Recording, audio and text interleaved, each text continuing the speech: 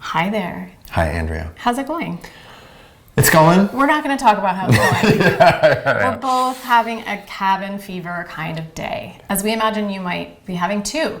But we're not going to focus on us. We're going to focus on you and like giving you stuff to feel good in your body. Yes. Right? So this week we're going to talk, last week we talked a lot about teaching online. Yeah. And this week we're going to focus more on practicing at home, which is what we're all doing right now. Yeah, so I put out, just an invitation via my Instagram a week or two ago, just saying, hey, what are some of the topics that you all want our insight on or our thoughts about? And the two biggest content categories that came up, of course, was what we mostly focused on last week, which was converting live classes to online classes and everything that goes with it. The second thing that came up, obviously from teachers, but also from a bunch of practitioners is, man, I am practicing at home and it's kind of great and kind of not great. Right. It's complicated. There's distractions, there's all sorts of things that are coming up for me. And we've both had a long time at home practice that in a lot of ways, it precedes the digital age. Yeah.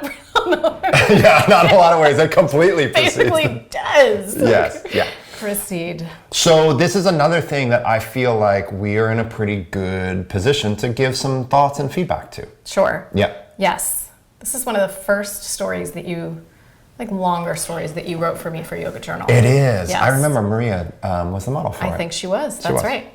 Okay, so, and what the kind of angle that you wanted to take, which I think is fun, is busting the myths that we have in our heads about what our home practice should look like. Yeah. And feel like. So one of the things we can do is before we even start talking about home practice, just kind of step into someone else's world and think about a chef that chefs at a restaurant, but also makes meals at home. And what we can see is those are going to be two really different experiences. We can also look at the experience of going to a restaurant and having a glass of wine versus having your own glass of wine at home. These are different things. I have to just interrupt for a second. The thing that I don't have that wine made me either think place, of, but no, the thing that made me think of was like a massage therapist in their job versus at home. And I have a friend whose husband is a massage therapist, and I'm always like, oh, you're so lucky. Does he come home and rub your back? She's like, he's like 2 seconds. And there's the Seinfeld episode about that. Anyways. Oh, I didn't even Oh, there's a whole remember that. Anyways. Yeah. Jerry dates a massage therapist, and let's he's get angling on for a topic. massage, and she just won't go there. Yes. But it's the same comparison. It's the same I'm comparison. in the same ballpark. So what I want to communicate is the number one myth. And I don't think that this is like an externally perpetuated myth. I don't think that yoga teachers are like inadvertently perpetuating this myth. I think this is something internally perpetuated, which is we often think that the home practice should be a complete surrogate for or a complete replication of the experience of being in class, right? And the reality is your home practice, especially if it's self-led, is going to have a different intensity. It's going to have a different feel. It's probably going to have a different duration. Yeah, that's a big one. It's going to have a different duration than you're going to class. Another example is like the difference between going to the dentist and brushing your teeth at home. Right? What is he going to come Maybe that's there? what we'll do for the next 15 minutes. Going to the dentist and having your husband pull your teeth for you. It's really different, right, guys? So the point is we can't expect that what we do at home to have the exact same feel, intensity, and duration as it is in the room. Yeah. The thing is that when you're in a public room, you are with a group of people that to some degree, if you have any sense of social norms, are just holding you accountable. There's a group experience. Like when you're in class, there's a group experience. And you might take an extra child's pose, you might take a water break, you might add another extra thing or two. But for the most part, you're going to stay within the general parameters of that class. So if you're flagging a little bit, you're still going to try to stay up. If you want to make things a little bit more intense, but it's a quiet class, you're probably not going to bust out too much.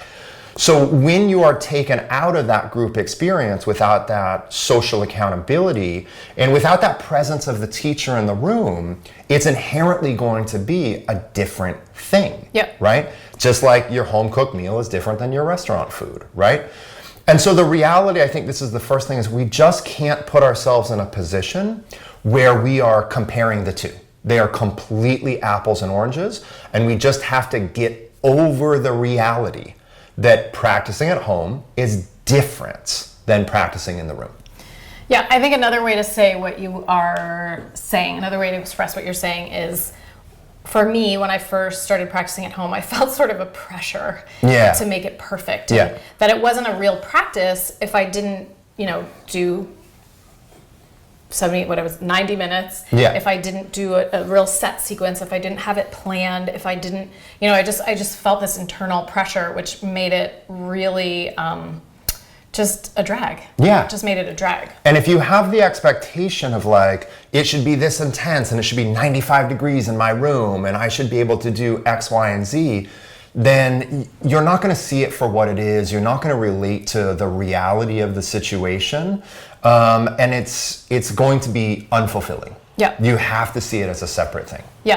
So do you want to talk through kind of how you approach your home practice, or do you just want to keep busting the myth? I think the next myth is I think I can do both. Which is, again, I don't think this is an externally perpetuated thing. I think this is something that we just internalize.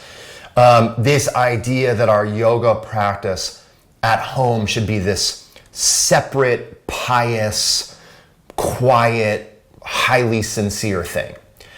I'm not saying it shouldn't have those attributes. I'm saying that when you are at home, you are fully integrated into your home life. So unless you have a completely separate yoga studio at your own home, your home practice is going to be much more integrated into your normal life. So for me, I've lived in the city as long as I've been a yoga practitioner, so 23, 24 years. So we have space, but every room we have is a multifunctional room. You know what I mean? Like, we don't have a separate room. So for us to film what we're filming, we have to move tables and chairs and this and that. He doesn't have a man cave. I don't have a man cave. Terrible for him. It's so bad for him. But the reality is, in order to lay down my yoga mat, I got to move stuff, right? I got to organize. And so I just allow it to be that way. Like, it's part of my life. And one of the long-term places that I have practiced is at home with you in the evening, often while we're watching TV. And I'm not saying that that's what you should do. I'm saying that you shouldn't not practice at home because you feel that it shouldn't be that way. So if you have your own dedicated space and your time and your ritual, and you have your altar and this and that, if you have at home kind of a replication of this separate space, that's fine, that's great. But don't fail to have a home practice because you think you need to have those things. I have had a dedicated home practice for over 2 decades without any of those things. I just move stuff. I practice Legos around. There's TV on, there's a kid walking around, there's a dog wondering what I'm doing. Because my practice is part of my life. It's not this separate, like, precious removed thing. It's an actual element of my own life. And so I don't try to make it a separate thing. I would say that's the same for you.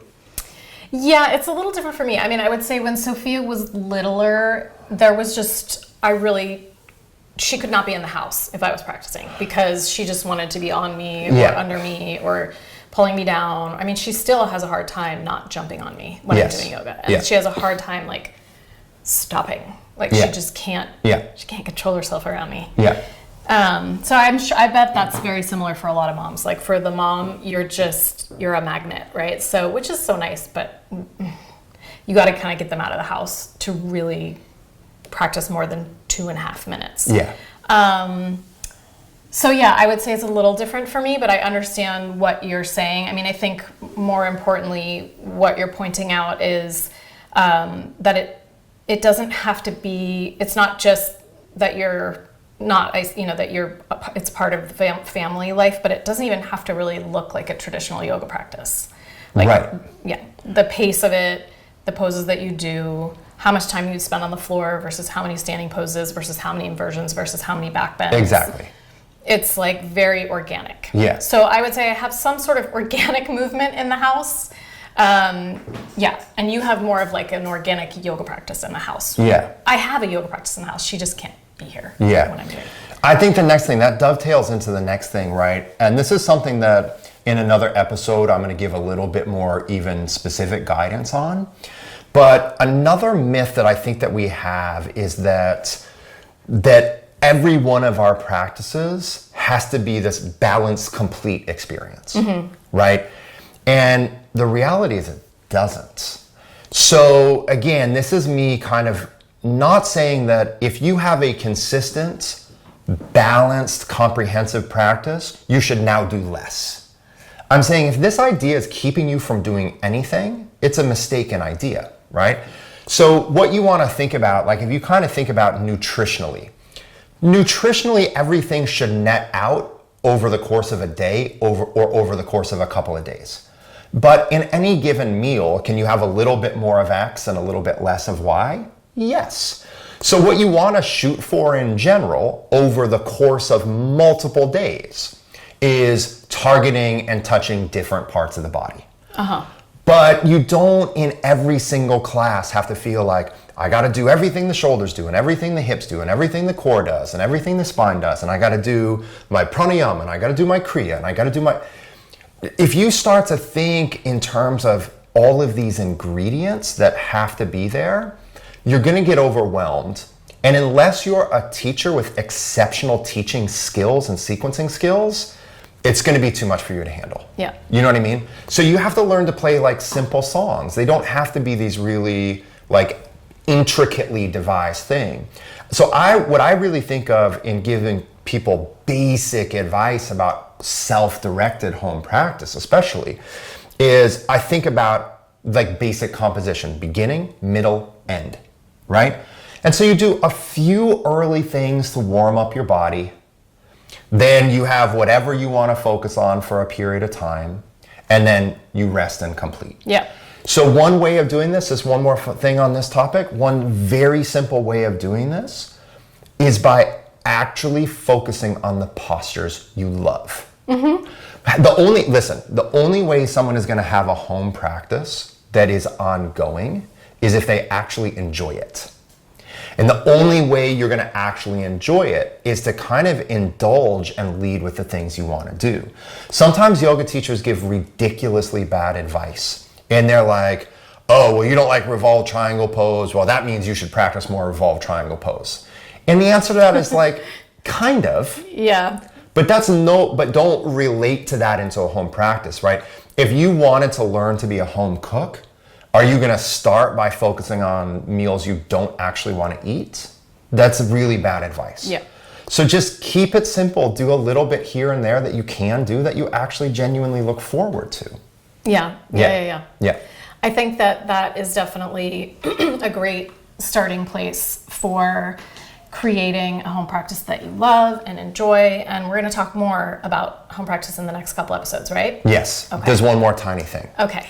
If you are a yoga teacher, you do not need always to have your home practice and your public class be the same thing. In fact, it's really nice if you're a teacher to have a firewall between those. Because if your home practice and your public class are the same thing, if you're always, as a yoga teacher, using your home practice to sort out your public class, what is your home practice going to feel like?